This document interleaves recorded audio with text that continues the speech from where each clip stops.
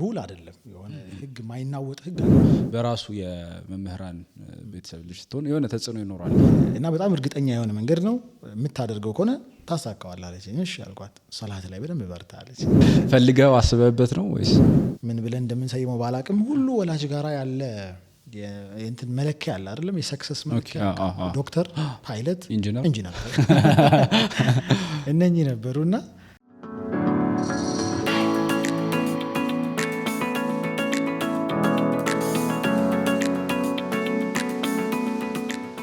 ቢስሚላህ አልহামዱሊላህ ረቢል ዓለሚን ወሰላቱ ወሰላሙ ዐላ ረሱሊላህ ሰለላሁ ዐለይሂ ወሰለም። ተወዳጅ ተመልካቾቻችን እንደምን አላችሁ? ሪሳላ ፖድካስታችን በሙስሊም ተማሪዎች ሊግ ተዘጋጅቶ በሚንበር ቲቪ ወደ እናንተ የሚደርሰው ዘወትር ሰኞ ምሽት 2 ሰዓት ወደ እናንተ እየደረሰ ይገኛል። እንዳጋጣሚ ሆኖ በሚንበር ቲቪ መከታተል ያልቻላችሁ በሙስሊም ተማሪዎች ሊግ ዩቲዩብ ገጽ ላይ መከታተል ትችላላችሁ። ዛሬም እንደተለመደው ሌላ እንግዳ ይዘንላችሁ መተናል። ወንድም አዩብ አብሮን ነው የሚገኘው። እንኳን ደህና መጣ።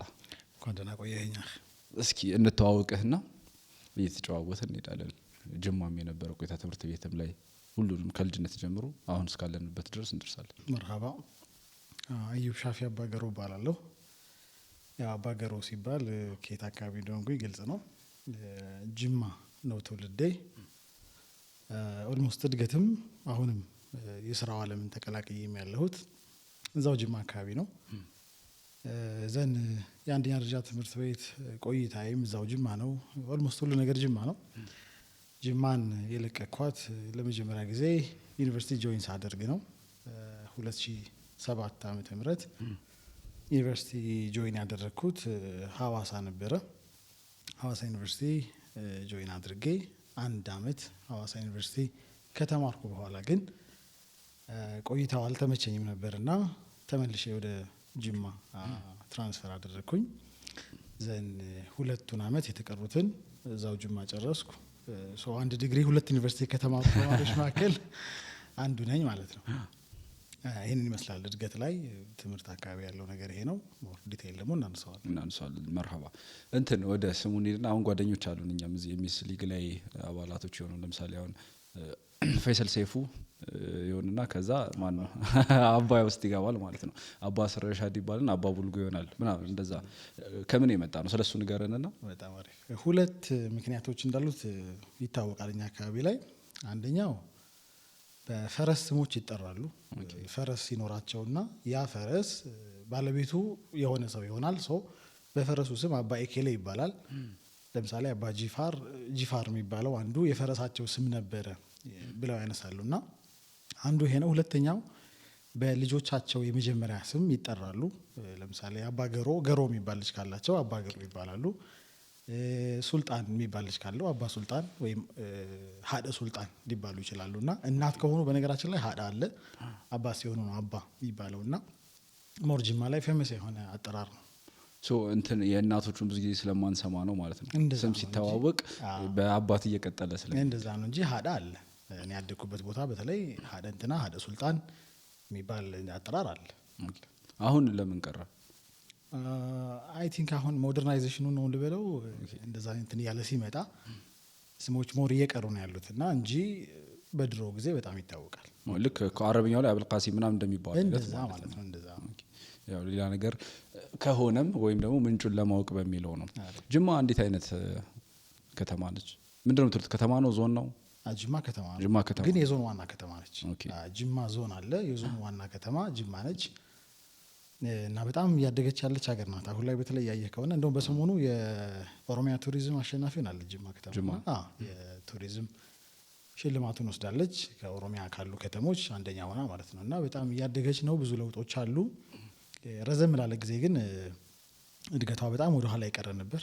በነገራችን ላይ እድሜ ጠገብም ነች በጣም ኦልሞስት አሁን ወደ 185 190 አካባቢ አይሆናትም ብለህ ነው። እድሜዋ በጣም ረዘም ያለ እድሜ ያላት ከተማ ነች። የቆረቆሯት አባ ጂፋር ናቸው ወይስ? አባ ጂፋር ናቸው፣ ግን ከሳቸው በፊትም ነበሩ። አባ ጂፋር በነገራችን ላይ በጣም ፌመሱ አባ ጂፋር ለመፎ ነው የሚባሉት ሁለተኛው አባ ጂፋር እንጂ ከሳቸው በፊትም አባ ጂፋር ነበሩ አባታቸው፣ ሌሎችም ነበሩ። በጣም ግን ገና ያወጣችው በአባ ጂፋር ሁለተኛው ዘመን ነበር። እንደዛ አይነት ከተማ ነች። የፍቅር ከተማ ነች ይባላል። እንትንም ናት፣ የቢዝነስ ሴንተርም ነች። እንደ ምዕራቡ የኢትዮጵያ ክፍል በጣም ንግድ ሴንተር ነች። በዛ በኩል እነ ወለጋ እነ በደሌ ያሉ፣ በዚህ በኩል ደግሞ እነ ቴፒ እነ ሚዛን አሉ። ትልቅ የንግድ ሴንተርም ተደርጋ ትወሰዳለች ጅማ። ኦኬ። ከዛ ወደ አንተ እንምጣና ጅማ ምን የሚባል አካባቢ ተወለድክ? ከዛ እንዴት ነበር እድገት? ኦኬ።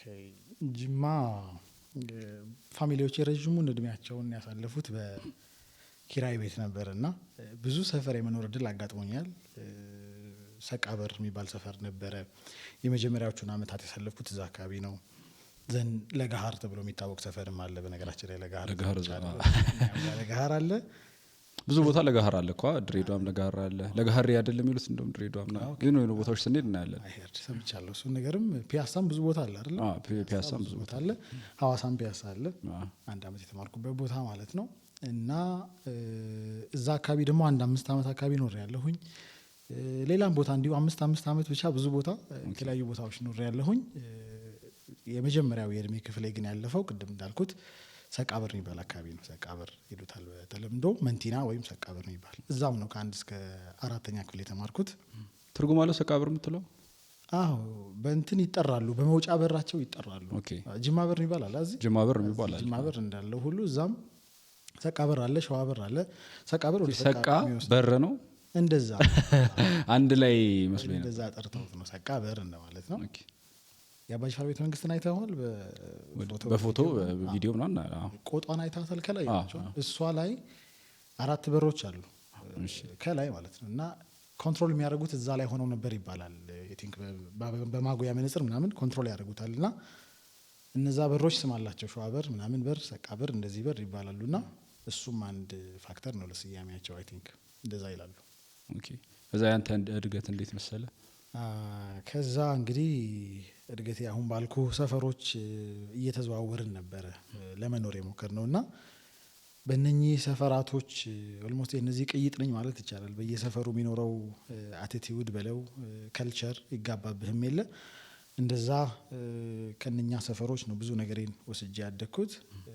እንዳልኩ በነገራችን ላይ አባቴም እናቴም መምህራን ናቸው። እናቴም አስተማሪ፣ አባቴም አስተማሪ። በጣም የሚገርመው ደግሞ ሁለቱም ሲቪክ መምህራን ናቸው። ሲቪክ መምህራን ናቸው። እና ያው የመምህር ልጅ ስትሆን ደግሞ ሼፕ የሚያደርገው ነገር አለ አይደለም? የራሱ ፋክተር አለው፣ የራሱ ኢምፓክት አለው። ለትምህርት የሚኖርህ ቦታ አይ ቲንክ ሪላቲቭሊ ከሌላው ልጅ ትንሽ ከፍ ያለ ይሆናል። በጣም ለመማር ባለ ጉጉት፣ ለትምህርት ባለ ከፍ ያለ ቦታ ነው እድገቴ የነበረው። እና ቤት ውስጥ 3 ብቻ ነን። አንድ ታላቅ እህት አለችኝ፣ አንድ ደግሞ ታናሽ እህት አለችኝ። ብቸኛ ወንድ ነኝ፣ ወንድም የለኝም። እና እኛ 3ታችን ነበር ቤት ውስጥ የነበር ነው። በጣም ጠበቅ ባለ ቁጥጥር፣ የመውጫ ሰዓት የተገደበ፣ የጥናት ሰዓት በጣም ሊሚትድ የሆነ፣ የእረፍት ሰዓት፣ የጫወታ ሰዓት በጣም የተገደበ። ኢቭን ክረምቱላ ሆነው ሰፊውን የክረምት ጊዜ ማሳልፈው በንባብ ነው። ፋዘር የቀጣይኛውን የትምህርት ክፍል መጽሐፍ ተዘጋጅቼ ፈመሪ ጥያቄ ሁላ ሰርቼ ሪፖርት ማድረግበት ሁላ ተጨባጭ ነበርና በዚህ መልኩ ነው ያደግነው። ሚዲየም የሚባል ክላስ አይነት ነገር ያለው ፋሚሊ ነበርን። የመምህራን ቤተሰቦች ልጅ እንደመሆነ ትምህርት ሳትገባ ወይም ደግሞ ይሄ መጀመሪያ ምንድነው የምትገቡት እዛ? ኬጂ ወይስ ከኬጂ በፊት ነበር? ኦፍ ኮርስ ኬጂ የሚለው እንትን የመጣው አይ ቲንክ ከኛ በኋላ መሰለኝ። እኔ ባለሁበት ኤጅ ላይ ኬጂ አላስታውስም። ቀጥታ ወደ 1ኛ ክፍል ነው የሚገባው። ከዛ በፊት ልጠይቅ የፈለግኩት 1ኛ ክፍል ከመድረስ በፊት እንትኖችን የመጨረስ ሁኔታዎች ነበሩ ወይ? ለምሳሌ አሁን ሀሁን ኤቢሲዲ ምናምን አላ መሰረታዊ የሚባሉ እንትኖችን፣ ከዛ ደግሞ እነሱ እንዴት ነበር ያደረግከው ማለት ነው? እንደዛ አይነት ነገር አልነበረም። ቀጥታ 1ኛ ክፍል ነው የገባሁት። እና ትንሽ ደግሞ ከፍ እስክልም ድረስ ያን ያክል የትምህርት እንትኑ አልነበረም። ይሄ ቅድም ያልኩ አይነት ፎሎ አፑ የማስጠናቱ የክትትሉ ምናምን ነገር ብዙ አልነበረም። ትንሽ ከፍ እያልን ስንሄድ ግን አይ ቲንክ ከ3ኛ ክፍል በኋላ 4ኛ ክፍል በኋላ አካባቢ ቅድም ያልኩ ቁጥጥር ማስጠናቱ በጣም ዴብዝ ያለው ፎሎ አፑ ምናምን የመጣው ከዛ በኋላ ነው እንጂ ኬጂ አልነበረም። በእርግጥ አልነበረም ስልህ ግን ጭራሹኑ የለም ማለት አይደለም። ያልተማርኩትም ነው ሜይ ቢ ከእንትንም አንጻር ከፋሚሊ ስታተስም አንጻር እንጂ በእኔ እድሜ የተማሩ ይኖራሉ። ሽማግሌ ነው ብለን አይ ብዙ እንኳን አንራራቅ። ምናልባት ምን አይነት ልጅ ነበርክ አሁን ከእንትኑ ውጪ ማለት ነው መጫወት የሚወድ ዝንባሌ ወደ ኳስ የሆነ ወይ ወደ ንባብ የሆነ በራሱ የመምህራን ቤተሰብ ልጅ ስትሆን የሆነ ተጽዕኖ ይኖራል። አላውቅም ብዙ ጊዜ የሼክ ልጅ የተመታ አይነት ልጅ ይሆናል ምናምን የመምህራን ልጅ ደግሞ ጭራሽ ትምህርት አለ እንደ እንትኑ ምናምን ይሄ አባባል ደረጃ ቢሆንም ማለት ነው። ምን አይነት ልጅ ነበር ካንተ? በነገራችን ላይ አሁን ያልካት ፖይንት ግን አይ ቲንክ ትንሽ ክሊር ማድረግ የምትፈልግ ይመስለኛል። ሩል አይደለም የሆነ ህግ ማይናወጥ ህግ አይደለም። የሼክ ልጅ ሲሆን መስመር የለቀቀ የሆነ ምናምን ደግሞ ልጅ ሲሆን እንትን የሆነ የሚሆንበት ተጨባጭ ያለ አይመስለኝም። ትክክለኛው ነገር ምንድነው ብዬ ማስበው መሰለህ ልጆች የወላጆቻቸውን ቢሄቪየር ነው አክት የሚያደርጉት። በቃ ያንተን አክቹዋል ቢሄቪየር ሲባል ይሄ የተላበስከውን ውጫዊ ገጽታ አይደለም፣ የዘዋሂሩን አይደለም። ኢንፋክት አንተ የምታስበውን አንተ የምትሆነውን ጓዳ ውስጥ የምታደርገውን ነገር ልጆቹ ያንን ነው የሚሆኑት። ሶ ሼክ ስለሆነ ሳይሆን ያ ሼክ ወይም ያ ኡስታዝ አክቹዋሊ ምንድነው ቢሄቪየሩ፣ ምንድነው የሚተገብረው፣ ምንድነው የሚሰራው፣ ሁሉቁ ውስጣዊ ማንነቱ እሱ ነው ልጆቹ ጋር ሬፕሊኬት የሚያደርገውና እሱ ይመስለኛል የሚለውን ሀሳብ ላነሳ ፈልጌ ነው። ከዛ ባለፈ እኔ ጨዋታ በጣም የሚወድ በተለይ እግር ኳስ በጣም መጫወት የምወድ ነበርኩኝ። መጫወቱ ብቻ ደግሞ አይደለም በጣም የሚገርመው ማየቱን በጣም ወድ ነበር። ቅድም ያልኩ ለጋሃር የሚባለው ሰፈር ጀርባው ስቴዲየም ነው እና እዚህም ስቴዲየም ነው መሰለኝ አለ ማጠገቡ በጣም ኮምፒውተር አደረግን እና ስቴዲየም ነው። ቀኑን ሙሉ ኳስ ይኖራል። የሚገርምህ ጠዋት ላይ ኳስ ይኖራል፣ ከሰዓት ኳስ ይኖራል እና ኳስ ቀኑን ሙሉ እያየው ምሳ ሁላ አልፌ ማታ ስገባ በጣም ከፋዘር ጋር እንግዲህ ከባድ ጸብ ከባድ ዱላ የነበረበት ሁኔታ ነበረ። ጨዋታ በጣም ወዳለሁ ግን ብዙ አልችልም፣ ስኪል የለኝም በልጅነትም። አሁን ደግሞ አልሞስት እንደውም ትቼዋለሁ አልሞክረውም ኳሱን እና ያኔ ግን እንደዛ ኳስ መጫወት በጣም ወድ። ፋዘር ግን ስትሪክት ነበረ። የልጆች ጨዋታን በነገራችን ላይ ብዙ አልተጫወትኩትም ብዬ አካባቢ አሁን በጣም ያጠብቃል ብዬ ስጫወት ከታየው ከባድ ዱላ ነው፣ ከባድ ቅጣት ነው። ብዙ ከልጆች ጋር መቀላቀል ምናምን ያን ያክል አይወደድም። ያዘናጋል በሚል ነው ወይስ ሌላ ምክንያት አለ? ያዘናጋዋል በሚል ነው? ይሄ ብይ የሚባለው ነገር ጥሩ ፐርሲቭ አልተደረገም ልበል፣ የሆነ ቁማር ነው እንደዛ ነው ሰው ዘንድ ያለው አመለካከትና ለዛም ይመስለኛል ፋዘር በጣም ስትሪክት ነው። እንዳልኩ ቀደም የጨዋታ ሰዓት ሊሚትድ ነው። ለምሳሌ ከ10 በኋላ እስከ 12 ሰዓት ያለው ሰዓት ነው በቃ የጨዋታ የሚሆነው። ከዛ ውጭ ያለው ሰዓት ላይ ወጥቶ የሚጫወት የማይታሰብ ነው። ድንገት ወጥቼ ከርቀት ካየሁት ሮጬ ነው የምገባው። እና ትፈራቸው ነበር? በጣም ፈራው ነበረ። ዱላም ደግሞ ብዙ ነበር። ከዛ የት ትምህርት ቤት ገባ? ከ1 እስከ 4 የተማርኩት መድረሳ የሚባል ትምህርት ቤት ነው። ስሙ ራሱ መድረሳ ነው። ኦፍ ኮርስ በእርግጥ ኦውን የሚያደርገው የሙስሊሙ ሀብት ነው መድረሳ የሚባለው። ጅማ ላይ በጣም ታዋቂ መስጂድ አለ፣ ሙኒር መስጂድ ይባላል። ሰምተኸው ታውቃለህ? አላውቅም። ሙኒር መስጂድ ይባላል። በጣም ትልቅ መስጂድ ነው። የሱ መስጂድ እንትን ውስጥ ነው የሚገኘው ትምህርት ቤቱ ማለት ነው። እሱ ነው ኦውን የሚያደርገው እና ገቨርን ማድረጉ ቸግሮት ግን ለመንግስት አሳልፎ ሰጥቷል። ስቲል አሁንም መንግስት እጅ ነው ያለው፣ መንግስት ነው የሚያስተዳድረው። ስያሜው መድረሳ ነው። ስያሜው መድረሳቱል ኸይርያ ነው እንደው የሚባለው እና መንግስት ነው የሚያስተዳድረው። ከ1 እስከ 4 እዛ ተማርኩኝ።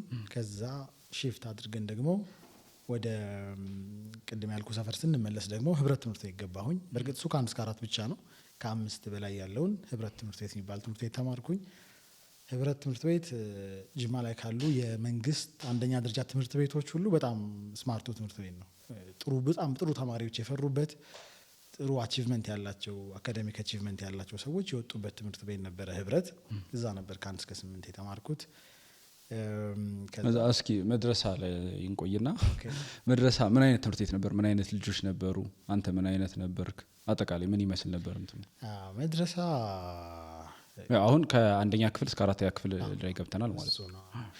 ግሬት ማጆሪቲው ሙስሊም ነበረ ትምህርት ቤቱ ላይ። ሙስሊም ተማሪዎች ይበዛሉ። መብዛት ብቻ አይደለም በነገራችን ላይ እንትን ሁላ ነው የኢስላሚክ ካልቸር ነው በደንብ የሚከተል የነበረው ሁላ። ማስታወሰው ምንድነው ጁምዓ ትምህርት የለም። የጁምዓውን ፋንታ ግን ቅዳሜ ነው የምንማረው። ቅዳሜ እስከ 6 ሰዓት እንማራለን። ፈረቃ አልነበረውም። ትምህርት እስከ 6 ሰዓት ብቻ ነበረ። እንዳልኩ አብዛኛው ተማሪ ሙስሊሞች ናቸው።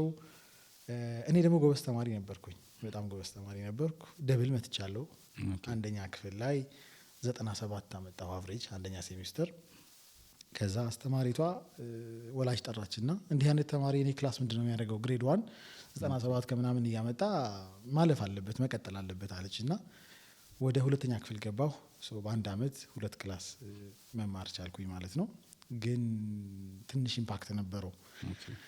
ልክ ግሬድ 2 እንደገባሁኝ በዛው አመት ከደረጃዬ ከአንደኛ ወደ 9ኛ ሄደ። ከባድ የሆነ ማሽቆልቆል ተፈጠረ ማለት ነው። በምን የተነሳ ነው? አይ ቲንክ አልተማርኩትማ። የግሬድ 2 ሳብጀክቶች ከግሬድ 1 ጋር ትንሽ ስላይት ዲፍረንት አላቸው አይደለም? ዲፍረንስ አላቸው እና እሱ ይመስለኛል በአንዴ 9ኛ ወጣሁኝ። ግን ጥሩ አጋጣሚ ምን ነበር? ግሬድ 2 ላይ እህቴ ያለች ታላቅ እህቴ ከ1 ወደ 2 ሲሄድ ከሷ ጋራ አንድ ክላስ አንድ ክፍል ደረጃ መሆን ቻልኩኝና እንደዛ ሆነ።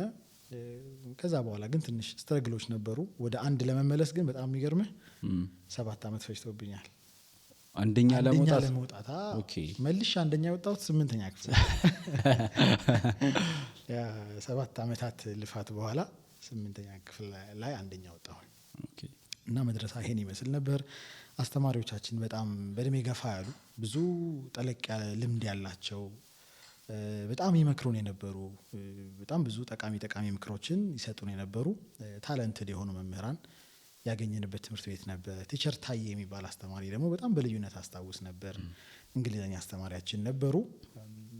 በጣም አቅም ያላቸው ጎበዝ መምህር፣ ይመክሩን በደንብ ይከታተሉን የነበሩ ኢቭን ከወላጆቻችን ጋር ሁላ በጣም የሚገርመኝ አሁን የግል ትምህርት ቤት ላይ ያለውን አይነት ስታንስ ያራምዱ ነበር እሳቸው መምህር እና ከወላጆቻችን ጋር ሁላ እያለፉ ሊንክ የሚፈጥሩበት የሚተዋወቁበት። አሁን ፋዘር በጣም ያውቃቸዋል እሳቸውን ሰውዬና አንድ ማረሳው ምንድነው ይጠይቁናል በዛ በግሬድ 1 እና በግሬድ 2 ሌቭል ኦልሞስት 1 አፕ ቱ 4 አካባቢ ስለ ሆቢ ስለ ቪዥን ይጠይቁን ነበር እና በጣም አንድ ፈኒ ሞሜንት አለ። እየጠየቁን ሳለ እንደዚህ ምንድነው መሆን የምትፈልጉት እያሉ እየጠየቁን እያለ አንድ ከድር የሚባል ጓደኛችን ሁሉም ያወራል። እኔ ዶክተር፣ እኔ እንደዚህ እንደ ፓይለት ምናምን ይላል ሁሉም። አንድ ከድር የሚባል ጓደኛችን ግን ምንድነው መሆን የምትፈልገው ሲሉት አረብ ሀገር መሄድ አላቸው። አረብ ሀገር መሄድ አላቸውና ያቺ ሞሜንት አስታውሳለሁ በደንብ። በጣም የሳቅንበት ምናምን ነገር ነበር። የሚገርመኝ ግን ነገርየውን ስላይትሊ ስሙዝሊ ሃንድል ማድረግ ሞከሩ እሳቸው። አይ መሳቅ እንደሌለብን ምናምን እሱ እንደዚህ ያለው ከሚያየው ከሚሰማው ምናምን ነገር አንፃር ኡምራ ፈልጎ ነው ሀጅ ሊራ ያ ተጽዕኖ ነው ምናምን ብለው ትንሽ ለማስተካከል የሞከሩበት አጋጣሚ ትዝ ይለኛል። ኦኬ ወደ ከ5ኛ ክፍል ጀምሮ የት ገባ? ህብረት ገባ። እንዴት ነበር ህብረት? ህብረት ትምህርት ቤት ላይም እንትኑ ቀጠለ። ይሄ ለትምህርት ያለው ዋጋ መክፈል ቀጠለ። ጉብዝናውም መጣ በደንብ እሱም ቀጠለ። ለህብረት ትምህርት ቤት ብዙ ጊዜ ጥያቄና መልስ ተወዳድሬ ሁላ አውቃለሁ። በጣም በተደጋጋሚ ዋንጫ ሁላ ተሸልሜ አውቃለሁ። በትምህርት ቤቱ ስም ዋንጫ አምጥቼ አውቃለሁ። ዋንጫው ለማን ነው የቀመጠው? ዋንጫው የት ነው የቀመጠው? ቢሮ ገባ እና እንደዛ ነበረ ከ5 እስከ 8 የሚያለፈው። ከዛ እንዳልኩ 8ኛ ክፍል በእርግጥ ሚኒስትሪ ነው፣ ግን አመቱ ሲያልቅ አንደኛ ወጥቼ ነው የጨረስኩት። አንድ ጥሩ ማስታወሰው ገጠመኝም አለኝ። 8 ላይ ያለው አንደኛ መውጣቱ በጣም እየከበደ መጣ ታውቃለህ። 3 2 4 5 ምናምን ነውና አልሰግድም ነበር ሰላት እና ማዘር ምን ትለኛለች፣ አንደኛ መውጣት ትፈልጋለህ አይደለም አለችኝ። አዎ እማ በደንብ ፈልጋለሁ አልኳት። እንደዛ ነው ማይህም ኦልሞስት የምትከፍለው ዋጋም እንደዛ ነው። በጣም ይገርናህ አውቃለሁ፣ ግን አንደኛ የምትወጣበትን መንገድ ልንገርህ ከፈለግ አለችኝ። አዎ በደንብ ንገሪኝ እፈልጋለሁ አልኳት። እና በጣም እርግጠኛ የሆነ መንገድ ነው የምታደርገው ከሆነ ታሳካዋለህ አለችኝ። እሺ አልኳት። ሰላት ላይ በደንብ በርታ አለችኝ። በደንብ ስገድ፣ አንድ ወቅት እንዳያመልጥህ ሚስ እንዳታረግ በእርግጠኝነት ትወጣለህ አለችኝ። ግን ጥናቱን እያስጠበቅ ጥናቱን እየቀጠልክ አለችኝ። ጥናቱ ላይ ሰላትን ጨምርበት ነው እንደዛ አለችኝ። አዎ እንደተባልኩት አደረኩኝ። ተሳካ። በጣም የሚገርመው ተሳካ። 2 ነገር ወሰድኩ ማለት ነው። ስፒሪቹዋል ማንነትም በዛ ልክ መምጣት እንዳለበት ተማርኩኝ በዛ እድሜ። ከዛ ደግሞ ሳክሪፋይስ ካለ ሁሌ ሰክሰስ መኖሩ እንዳለም ተረዳሁኝ ማለት ነው። ኦኬ ጥሩ። አሁን የሆነ ጊዜ ላይ አላቅም እናንተ አካባቢ ኖሮ ከነበር ምን ይደረግ ነበር? እኛ ጋር ይሄ ኑር ያላቸው ልጆች አንደኛ ይወጡ ምናምን እንትን ሲሉ ትምህርት እንዲገባን እንፋቅ ይባል ነበርና ይፍቁ ነበር ምናምን። እናንተ ጋር ነበር እንደዛ ነበር? ፍቄ ማቃለሁ ግን እዚህ ጋር ለማለት ምን ፍቄ ነበር? እዚህ ጋር ይፋቃል ነገር እዚህ ጋር ወይ ኑር ያላቸው እዚህ ጋር ይሆናል እና እዚህ መሀል ነበር ይፋቅ የነበረው ግን ጥሩ ሜሴጅ እንዳልነበረውም ሰምተናል አይደለም አይ ቲንክ ታላላቆቻችን ይሄ ሌላ አይነት አቲቲዩድ የፈጠረው ነው እንዲህ ስታደርጉ ምናምን አንድ ላይ መጥተው እንደሱ አይነት ናሬሽን አልሰማውም ግን እንደዛ እንትን እንደነበረ አስባለሁ እንድንተወው ይሆን እዛ አካባቢ እንደተባለ ምናልባት ሊሆን ይችላል እንደዛም ሊሆን ይችላል ምናምን ትምህርት ቤት ላይ ከበባቶች ላይ ምናምን የመሳተፍ ነገር ነበር በደንብ በጣም ሳተፍ ነበረ በተለይ የህፃናት መብት ክበብ የሚባል ክበብ ላይ አክቲቭ ፓርቲሲፓንት ነበርኩኝ ድራማው ላይ ሰርቻ ቃል ማንን ሆነ አባ ጅፋር እሷን ባልጠየቀኝ ድራማ የሰራሁት በጣም አንፎርቹኔትሊ ዘበኛ ሆኜ ነው የሰራሁት እንትን የህፃናት መብትን ቫዮሌት የሚያደርግ ዘበኛ ሆኜ ተማሪ አርፍዶ ሲመጣ በቲራ ምናምን የሚማታ አይነት ሆኜ ነው የሰራሁት ጅማ ላይ ከሚታወቁ ሆቴሎች መካከል አንድ ሰይፍ የሚባል ሆቴል አለ እዛ ነው የሰራው ሶሪ ሴንትራል የሚባል ሆቴል አለ እዛ ሆቴል ላይ ነው የሰራነው ድራማውን መምህርት ኤቢሲ የምትባል አፋን ኦሮሞ አስተማሪ በሞያዋ አፋን ኦሮሞ አስተማሪ ናት ህፃናት መብት ክበብን ደግሞ ሊድ የምታደርገው እሷ ነችና እሷ ነች ያሰራችን ለመጀመሪያ ጊዜ ትልልቅ ሰዎች ባሉበት ሆቴል ገብቼ ብፌ የበላሁትም ያኔ ጥበቆቹ ግን አላባረሩም እሷ ይዛን ስለገባች እሷ ነች ይዛን የገባችው አስተማሪ ማለት አይ ካራክተሩ ላይ የጥበቃ ካራክተር ነው የሰራኸው እና ልጆችን ቡሊ ያደረክ ነው እና እኛ እንደዚህ አይደለንም ብለ ምናልባት እነሱ አለመኖራቸው ጠቀመኝ ልበል ሆቴል ላይ ስለነበረ ድራማው እና እሷን ክበብ አስታውሳለሁ በደንብ ሌላ የተሳተፍክበት ክበብ ስካውት የሚባል ክበብ ላይም እንደነበርኩኝ ትዝ ይለኛል እንደውም አንድ ቀን ወተን ደግሞ በነገራችን ላይ ለዛ ነው ስማርት ነው አልኩም ቅድም ትምህርት ቤቱ ህብረት የሚባለው ትምህርት ቤት ጥሩ ትምህርት ቤት ነው አንድ ቀን ደግሞ ወተን ጭራሽ አስፓልት ላይ ቆመን እንዲውላ አስተዋውሳለሁ እንደዛ ቮለንቲር አድርጋችሁ ትራፊክ መግቢያና መውጫ ላይ እንደዛ ነበር ጥሩ ከዛ ውጪ ከመድረሳ ጋር የነበረ ትውውቅ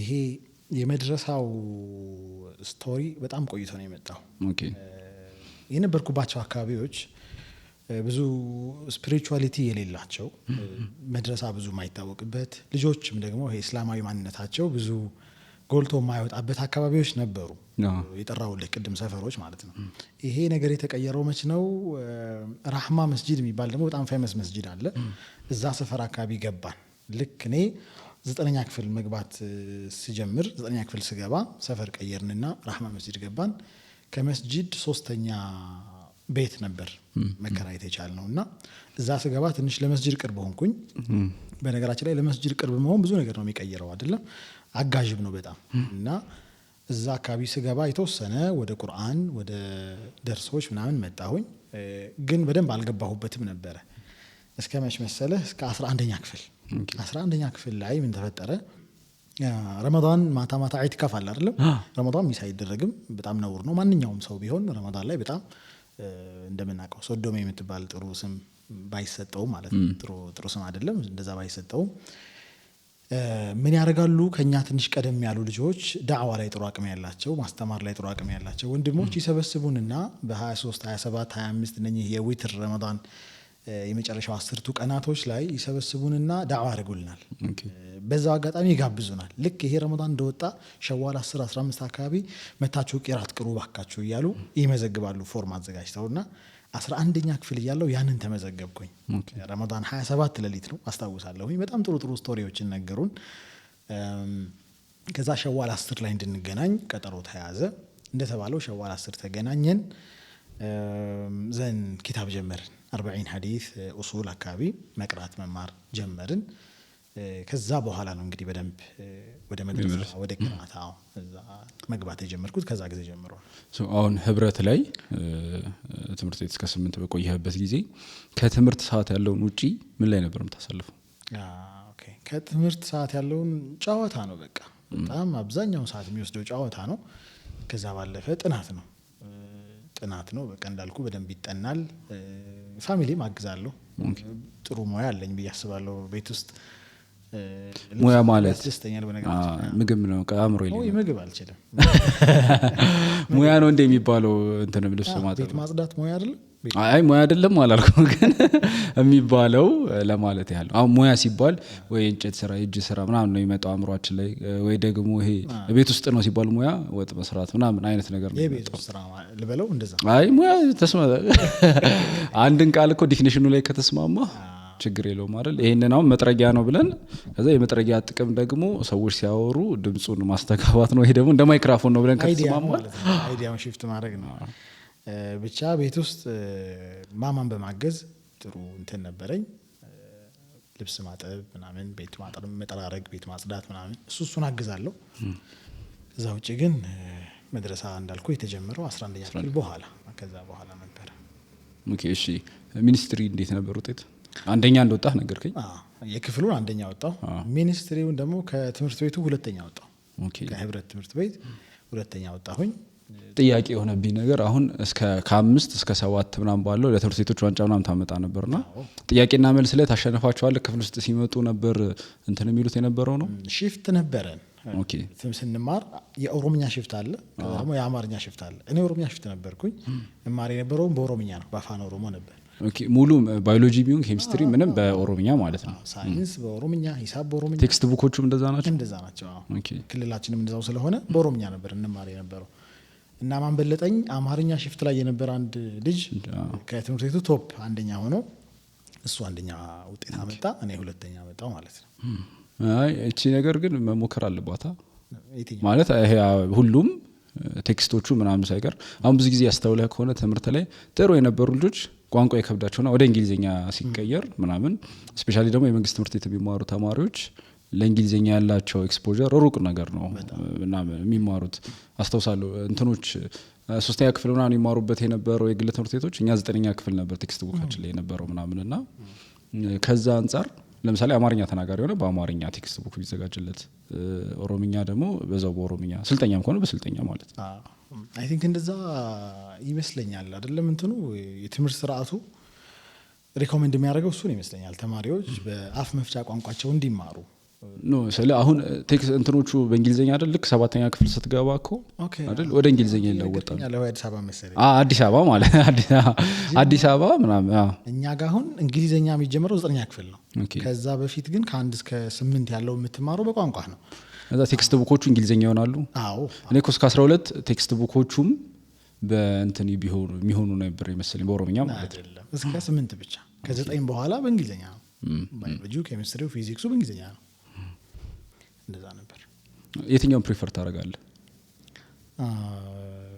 እንትን መሆኑ እንግሊዘኛ መሆኑን መርጣለሁ ቢካውዝ ኢንተርናሽናሊ ኮምፒተንት የምትሆነው በዛ ነው አይደለም የግል ትምህርት ቤት ላይ እኮ አንዱ ኮምፒቲቲቭ አድቫንቴጅ ይሄ ነው ለየት ብሎ የሚመጡበት አንዱ እንትን ይሄ አይደለም ነው ቋንቋ መቻሉን ሳይሆን እኔ እንደ ግል አሁን ፕሪፈር ታደርጋለህ ካልከኝ በአማርኛ ሆኖ በቃ በሚገባቸው ቋንቋ ተምረውት ግን እንግሊዘኛ ወይም ደግሞ እንግሊዘኛም ፈረንሳይኛም አረብኛም ምንም ብቻ ኢንተርናሽናል የምንላቸው ቋንቋዎችን በቋንቋ ደረጃ አሁን ይሄ እንግሊዘኛ ተብሎ በሚሰጠው ሌቭል ሳይሆን ከፍ ተደርጎ በደንብ ማውራት አራቱንም ስኪሎች አሉ መጻፍ ማንበብ መስማትና መናገርን እንዲችሉ ተደርጎ ያንን ግን ፍትፍት ተደርጎ እንዲሰጣቸው ማለት ነው የሆነ ያክል ሳይክሉን በእርግጥ በአፍ ቋንቋ መማራቸው ብዙ ጠቀሜታ አለው አይደል ገና ኢንትሮዳክሽን ሌቭል ላይ በእንግሊዘኛ ይማሩ ብንል ትንሽ ይቸገራሉ ይሄ እስከ 5ኛ ክፍል ኦር እስከ 4ኛ ክፍል ያለውን በቋንቋቸው ተምረው ከዛ በኋላ ግን ያለውን እንግሊዘኛ ላይ በደንብ እንትን ሆኖ ቢማሩ ሻርፕ ሆኖ ቢወጡ ተማሪዎች በደንብ ይጠቅማቸዋል በኋላ ለምሳሌ የዩኒቨርሲቲ እና ከዛ በኋላ ያሉ አጠቃላይ አካዴሚክስ ጆርኒዎች እንዳለ በእንግሊዘኛ ናቸው አይደለም ስፔሻላይዝ ላርግ ቢል የሚቀጥለው በዛ ነው በየትኛውም ፊልድ ላይ ማለት ነው እና እንግሊዘኛውን በጊዜ መጀመር በጊዜ በዛ ቋንቋ መማር መቻል በጣም አድቫንቴጅስ ነው ብዬ ነው ማምነው በግል ዞሽ 9ኛ ክፍል የት ገባህ 9ኛ ክፍል ጅሬን የሚባል ትምህርት ቤት ገባው በተለምዶ ተማሪዎች አጂፕ ይሉታል ሰፈሩ አጂፕ ስለሆነ ነው የትምህርት ቤቱ ፎርማል ስም ግን ጅሬን ነው ጅሬን ሁለተኛ ደረጃ ትምህርት ቤት ይባላል እዛ 2 አመት ቆየን 9ኛ እና 10ኛ ክፍል ከዛ ግን ትንሽ የአካዴሚክ እንትኔ ሽፍት እያደረገ መጣ የተወሰነ እየተቀየረ እየደከመኝ ልበል እንደዛ እየደከምኩ ከጠዋት የጀመረው ጉብዝና በማለዳ የጀመረው ጉብዝና ትንሽ እየደበዘዘ መጣ በእርግጥ ፋክተሩ የኔም ስንፈት መስነፍ ነው። ከዛ ባለፈ ግን ፒር ፕሬሸር፣ የጓደኛ ተጽዕኖ፣ የከባቢ ተጽዕኖ፣ ኤንቫይሮንመንት ያለው ኢምፓክት እሱ ተደማመረና የተወሰነ መቀዛቀዝ መጣ። ከዛ በጣም ደግሞ ፋታል የሆነው ጉዳይ፣ በጣም ገዳይ የሆነው ጉዳይ የሳብጀክት ካቴጎሪ ውስጥ ተገባ። ሳብጀክት መረጣ ማለት ነው። ለእኔ የሚሆነው ሳብጀክት ባዮሎጂ ነው፣ ኬሚስትሪ ነው፣ እነ ማት ፊዚክስ የኔ አይደሉም የሚባል ይሄ እንትን ማውጣት፣ ስትራታ ማውጣት፣ ሳብጀክት መመዳደብ መጣ። ከዛ ነው ብዙ ነገሮች የተለወጡ የመጡት እና 9 እና 10 ቆይታዬ እንዳልኩ ጅሬን ወይም አጅብ ትምህርት ነው። እንትን ምን መረጥክ አንተ? እኔ ባዮሎጂ ትምህርትን መረጥኩ። ባዮሎጂ ኬሚስትሪ ተመጋጋቢ ናቸው በነገራችን ላይ ሁለቱ። ባዮሎጂ የሚማር ሰው በዲግሪ ሌቭል ኬሚስትሪ ማይነሩ ነው የሚሆነው። ስለዚህ ሁለቱ ይቀራረባሉ፣ እንትንም አላቸው በደንብ ሊንክ አላቸው በደንብ እና ሁለቱም መምረጥ ጀመርኩኝ። ከዛ ትንሽ ደግሞ ሲቪክስ ደስ ይለኛል። እንግሊዝኛ አካባቢ ጥሩ ነበርኩኝ። ዘን በቃ እነኚህ ላይ ብቻ የመታጠር እነኚህ ብቻ ፕሪፈር የማድረግ ጥናት ሲባልም ቶሎ ወደ እነሱ መሮጥ፣ ኢቭን የክላስሩም ስኮሮቼ እነዚህ ላይ ብቻ ደህና እየሆኑ የመምጣት እነኚህን ሳይኖች ማየት ጀመርኩኝ። በሌላ አማርኛ የሚነበቡ ማለት ነው በቃ አይደለም የሚነበቡና ኢዚሊ አንደርስታንድ ማድረግ የምትችላቸው ብዙ ፈለጣ ምናምን የሌላቸው እነዛ ሳብጀክቶችን ፕሪፈር ማድረግ ተጀመረ። የቤተሰብ ተጽዕኖ ሊኖር ይችላል። ሁለቱም ሲቪክ መምህሮች ናቸው። አይደለም የራሴው ነው። አንድ ፋክተር ብዬ መወስደውም ነገር አለ። በእርግጥ እንትን ቢሆንም አለው በእርግጥ ዋጋ የራሱ ተጽዕኖ አለው፣ የራሱ አበርክቶ አለው። የመምህራን አቅም፣ የነሱ ኮምፒተንሲ፣ የማስተማር ብቃት፣ ኢቭን አፕሮቻቸው በአጠቃላይ እሱ በደንብ ፋክተር አለው ብዬ አምናለሁ። አስተማሪውን ስትወደው የሚባል ነገር አለ። በተለምዶ አስተማሪውን ስትወደው ሳብጀክቱን ትወደዋለህ። አስተማሪው ጋር ደግሞ ጥሩ ነገር ከሌለ ሳብጀክቱን በዛ ልክ ኢግኖር እያደረግ ትሄዳለህ የሚባል አመለካከት አለ። ትክክልም ነው። እሱ የፈጠረው መሰለኝ ሂሳብ እንደ አጋጣሚ 9ኛ እና 10ኛ ክፍል ላይ ያስተማሩ መምህር ልክ አልነበሩ። ሂሳብ በባህሪው አስቸጋሪ ነው። መምህራኖቹ ተጨምረውበት ደግሞ እንደዛ ነገር ነው። ትዝ ይልሃል ሎጋሪዝም የሚባል ትምህርት ሎጋሪዝም እኔ እንትን ግቢ ገብቼም አልገባኝ። ግቢ ነው እኔ ዛሬ ድረስ አልገባኝ። ሎጋሪዝም በቃ ምንንም ሳልረዳው ነው የወጣሁት። እና ደግሞ ሂሳብ እንደዛ እያለ ነው የሚቀጥለው አይደለም። አይተው ከሆነ በደንብ እየሰፋ ነው የሚሄደው። አዳዲስ ነገሮች እየመጡበት ነው። ሲቪክን ካየኸው አሁን ቻፕተሮቹ ሁላ አንድ አይነት ናቸው። ግሬድ 5 ጀምሮ እስከ 12 ስትሄድ ቻፕተሮች ተመሳሳይ፣ የተወሰነ ብቻ የአይዲያ ዲፍረንስ አላቸው እንጂ ለውጥ አላቸው እንጂ ተመሳሳይ ነው። ሂሳብ ግን 10ኛ ክፍል ላይ የሆነ ነገር ካስተማረ 12 ስትሄድ ደግሞ ካልኩለስ ይልሃል አይደለም፣ የሆነ ነገር ይልሃል። ሰው እየከበደ ይመጣል። አንድ የከለቀቀው በዛው ሚስ እያደረግ ትሄዳለህ። እንትንም ይፈልጋል አይደል? የሆነ ቤዝ ሳትይዝለት ከሆነ ወይ 9ኛ ክፍል የሚጀመረው ወይ 8ኛ ክፍል የሚጀመረው ላይ የሆነ ነገር ካላያስክለት ላይ እየከበደ ነው የሚሄደው። እሺ 9 እና 10 በዛ መልኩ አለፈ። ስንተኛ ወጣ ቀንሶ ታዲያ? 9ኛ ክፍል 3-4 ብዙ እኮ አራቁም ወርደሃል። 3-4 10ኛ ክፍል በእርግጥ እንትን ነው ማትሪክ ነበረ አይደለ? በእኛ ዘመን ነበረ። 3-4 ነው ያመጣሁት በነገራችን ላይ እሱ ነው 3-4 ነው። ግን የነ ሲቪክስ ጉልበት ነበር በቃ ሲቪክስ ኤ አይ ቲንክ ባዮሎጂ ኤ ዘን ኬሚስትሪ ቢ ምናምን አደራህን ሂሳብና ፊዚክስ ተውኩኝ እኮ ስታዋቸው። ሽክረን። ከዛ ምን መረጥክ? ናቹራል ወይስ ሶሻል? 11 ስገባ ናቹራል መረጥኩኝ። እዚህ ጋር ነው እንግዲህ የሚነበብ ነገር ካልክ ግን እንዴት ወደ ናቹራል? በጣም ጥሩ ጥያቄ ነው። እዚህ ጋር ነው እኔም ጀምሬልህ ነበር። የካውንስሊንግ ጉዳይ፣ የሜንቶር ጉዳይ በጣም ላክ የምናደርገው ነገር እሱ ነው ብዬ አስባለሁ። ስቲል አሁንም የኔና አንተ ሮል መሆን ያለበት በእርግጠኝነት ከሁሉ ነገር በላይ ታናናሾቻችንን በደንብ ሜንተር ማድረግ ነው። በደንብ ነገር ጥሩ ኢንሳይት እንዲኖራቸው፣ ጥሩ ጆርኒ እንዲኖራቸው ማሳየት፣ ያንን ማስተማር በደንብ ያስፈልጋል። እና አሁን እንዳልከው የተምታታ ነገር ነበረን ከኋላ ባክግራውንዴ። ኦፍኮርስ ኬሚስትሪና ፊዚክስ ኬሚስትሪና ባዮሎጂ ላይ ዝንባሌ ያለኝ ማለት ናቹራል ለመግባት ጥሩ እንትን ነበረው፣ በቂ ምክንያት ነው ናቹራል ለመግባት። ግን እንዳልከው የሚነበብ ነገር ነው ዝንባሌ። ይሄንን በደንብ ያሳየኝ አካል የለም፣ ይሄን በደንብ የመከረኝ ያስተማረኝ አካል የለም እንጂ እንዳልከው አሁን ከአመታት በኋላ ሄጄ ያገኘሁት ማንነቴ የሶሻል ሰው እንደሆንኩ ነበር። አሁን ላይ የደረስኩበት ፋክት እሱ ነው። የሶሻል ሰው ሜቢ ቢዝነስ አካባቢ ቢማር ቢገፋ በዛ ብዙ ርቀት መጓዝ የሚችል አይነት ሰው እንደሆንኩኝ አሁን ላይ ፋይንድ አውት ማድረግ ችያለሁ። ግን እንዳልከው የዛ አለመኖር የስልጠናዎች፣ የማማከሮች፣ የጥቆማዎች፣ የመንገድ ማሳየት ነገሮች ስላልነበሩ 11ኛ ክፍል ላይ እንዲሁ በደፈናው ናቹራል ተመረጠ። ብዙ ጊዜም እንትን ናቹራል የጎበዝ ተማሪ ምልክት ምናምን ስለሚደረግ እንደዛም ይባላል። እንትንም እንዳለ ሆኖ ማለት ነው ያው መንግስት ፍላጎቱም 70-30 ምናምን ነበር። ያም እንዳለ ሆኖ ግን ጎበዝ ተማሪ ለመሆን ማቴሪያሊስት ላይ ያርጉን አክቹአሊ እንትን ነው አይደል? እሱ ነገር ሀገሪቷ የምትፈልገው የናቹራል ተማሪ ብዛት 70% ነው 30% ነው። እንደዛ ግን ዲፕ ኢንሳይድ የራሱ የሆነ እንትን አይጠፋውም ብለህ ነው ይኖረዋል። እሱ እንሰማለን ሞር ሰውን ወደ ማቴሪያሊዝም ወደዛ የመውሰድ እድገት ማለት ዲፋይን የሚደረገው በፎቅ በመንገድ በምናምን ነው የሚባለውና ይሄ ሞር ሶሻል ኢንተራክሽኑን የማጥፋት ከዛ ደግሞ የቢዝነሱን ሳይድ የመጉዳት የሚባሉ ተልእኮዎች እንዳሉ ይነገራል ብዙ ጊዜ ከዌስተርኑ አካባቢ እንደዛ ሆነና ናቹራል ተገባ ማለት ነው። እዛ እንዴት ነበር? አሁን እንትን የዛን ሰዓት ሜንተር አልነበረህም ነው። ግን ትንሽ እዚህ ጋር ብናብላለው ደስ ይለኛል ስለ ሜንተርሺፕ ማለት ነው። የሆነ አንድ አብዱል ሐኪም የሚባል ልጅ አለ እና እስከ 10ኛ ክፍል ነው የተማረው። እዛ አዩብ አለ አሁን ባለህበት ደረጃ ነው ሞዳ ትምህርት ቤት ላይ እና ብዙ የህይወት ጆርኒ ያለው ምናምን የ10ኛ ክፍል ያለው ተማሪ አንተን ቀርቦ ጠይቆ ያልን ያለ ነው ማለት ነው። ጠይቆ እንዴት ይሻላል እኔ ዝንባሌ እንደዚህ ነው ምናምን የዛን ነገር ትንሽ እንትን ኢላቦሬት ብታደርግልኝ ብዬ ነው። ሆነ ያለበት ነው ሚንሱ ምናምን እንዴት ይሆናል? አንደኛ እንትን ይፈልጋል ኔትወርኪንግ የሚባለው ነገር በጣም ወሳኝ ነው አይደለም? ተማሪዎች ምክርና ጥቆማ የሚወስዱበትን መንገድ የሚያሳያቸውን ሰው ማግኘትና ከእንደዛ አይነት ሰው ጋር አታችመንት መፍጠር በጣም ወሳኝ ነው። በነገራችን ላይ እንደ ሀገር ደካማ ነን ኔትወርክ መፍጠር ላይ። ኢቨን ቢዝነስ ላይ ያለ ሰው ብዙ ኔትወርክ የለውም አይደለ? ይሄኛ በተለይ ሙስሊሞች ራሱ ነው የሚሰራው በቃ ሁሉን ነገር እና እሱ በጣም ትልቅ መቀየር ያለበት ፖይንት ነው ብዬ አምናለሁ። ግን ሜንተርሺፑ እንዴት ይሁን ከተባለ አንደኛ ቅጽበታዊ መሆን የለበትም። ዛሬ አማክሮህ ዛሬ በቃ አንተ እንትን ግባ አይደለም። ይሄ ሜንተርሺፕ ሊሆን አይችልም። በሂደት የሚመጣ በሂደት የሚሰራ ነገር ነው ብዬ አምናለሁ። ሶ አታችመንቱ የረጅም ጊዜ ተማሪውን በደንብ ማወቅ መቻል አለብኝ። ዝንባሌው ምንድነው? አካዳሚክ አቺቭመንቶቹ ምን ይመስላሉ? ሪዛልቱ ምን ይመስላል? አስፈላጊ ከሆነ ከትምህርት ቤት ካሉ መምህራኖቹ ጋራ ትምህርት ቤት ላይ ካሉ ኃላፊዎች ጋራ መገናኘት እነሱን ኮንታክት ማድረግ ሊኖርብኝ ይችላል።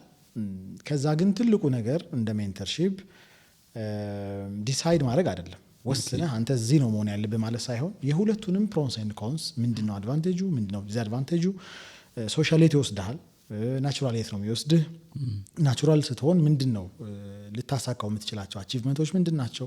እንደ ኡማም በነገራችን ላይ እንደ ኡማ የቱ ጋር ነው ያንተ አስተዋጽኦ መጉላት የሚችለው የሚለውን ማየት እንደ ሀገር። ከዛ ደግሞ የተማሪውን ውስጣዊ ዝንባሌ ውስጣዊ ፖቴንሻል እሱን በደንብ አይቶ ጨምቆ ማሳየት ይመስለኛል ሜንተርሺፕ ይሄን ነው ማስተካከል ያለበት ብዬ ማምነው። ኦኬ ሽክራን።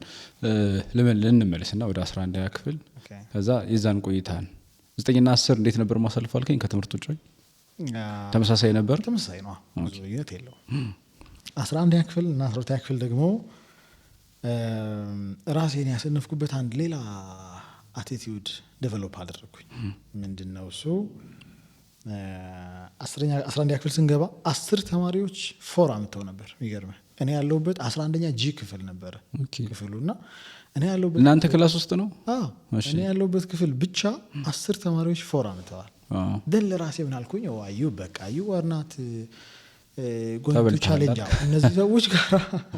እነኚህ ሰዎች ጋራ ቻሌንጅ ማድረግ የምትችልበት እንትን ላይ ቁመና ላይ አይደለም ያለው። አንተ 3-4 ነው ያመጣኸው። ደን ደግሞ እነ ፊዚክስ እነ ሂሳብ ጋር ያለው ደግሞ ታሪክህ ሌላ ዳውን ሳይድ ነው፣ በጣም አደገኛ ነው። ስለዚህ እነኚህን ሰዎች ኮምፒት ማድረግ አትችልም እና በቃ ሞዴሬት የሆነ ተማሪ መሆን አለብህ የሚል ባይ ዲፎልት እንዲሁ ለራሴ መጥፎ አቋም ያስኩኝ። ከዛ በጣም በብዙ ሌቭል የጥናት የስትረግል የምናምኑ ጉዳይ እየወረደ እየቀነሰ መጣና 11 እና 12 ላይ ብዙ ነገሮች ወረዱ በጣም። ከዛ ጥናት አለ ኦፍ ኮርስ የተወሰነ ጥናት ይኖራል። ከቤተሰብ ግፊት አለ። ኧረ ኢንትራንስ አለብህ እባክህ እንደዚህ አድርግ ምናምን ይባላል። ያ ቁጥጥር በጣም እየወረደ መጥቷል። በነገራችን ላይ የቤተሰብ ያ የመጀመሪያው ቁጥጥር እሱ እኔ እንደውም እኮ ለብቻው እናወራዋለን ብዬ ነበር። እንትን መምህራን እንደመሆናቸው እንዴት ነው ብዬ ልልህ ነበር። እሱ እየወረደ መጣ። ከፍ እየተጎረመሰም ሲመጣ ነው መሰለኝ። አልሰማም አልክ። እኔ እንኳን አልሰማም ባልልም እንትን አለ መሰለኝ እነሱም ጋር ባይ ዲፎልት ልጅን ተርቢያ ማድረግ ልጅን ፎሎ ማድረግ ምናምን መከታተል መስመር ማስያዝ የመጀመሪያዎቹ ዓመታት ብቻ እንደሆነ የማሰብ እና ትንሽ ደግሞ ከፍ እያልክ ስትሄድ ኤግዛክትሊ እንደዚህ ነው ብዬ ፖይንት አውት ማድረግ አልችልም። ብቻ እሱ የፈጠረው መዘናጋት ይመስለኛል። እየተቀዛቀዘ መጥቷል። ብቻ ግን ላይብረሪ እንገባ ነበረ። ቤተሰብ መምሪያ የሚባል ላይብረሪ አለ ጅማ ላይ።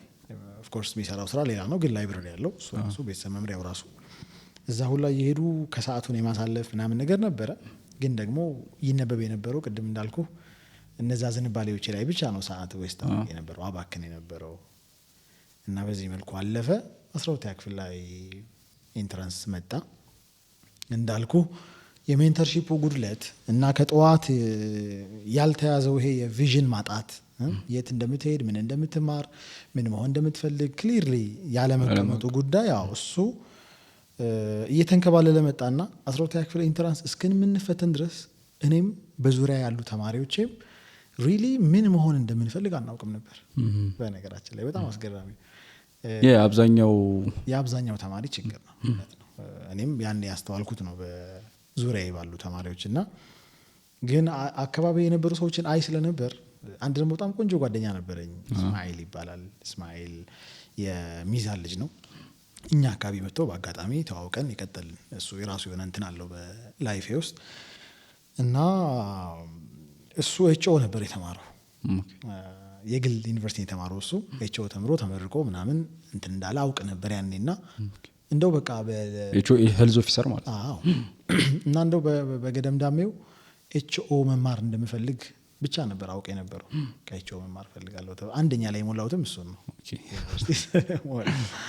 አንደኛ የሞላሁት እሱ ነው የፊልድ ማለት ነው። ዘን ዩኒቨርሲቲ ጅማ አንደኛ ሞላው። ከዛ እያለ አዲስ አበባ እያለ ቀጠለ። እንትኖቹ ግን ወደ ዩኒቨርሲቲ ከመሄዳችን በፊት ክበባት ላይ ተሳተፍ ነበር። እስከ 8 ባለው ተሳተፍ ነበር። ከዛ በኋላ በጣም የለም ጠፋ። ክበባት ላይ መሳተፍ ሌሎች ኢንጌጅመንቶች ምናምን ጠፉ። እንዲሁ ዝም ብሎ አካዴሚክሱ ላይ ብቻ የመታገል።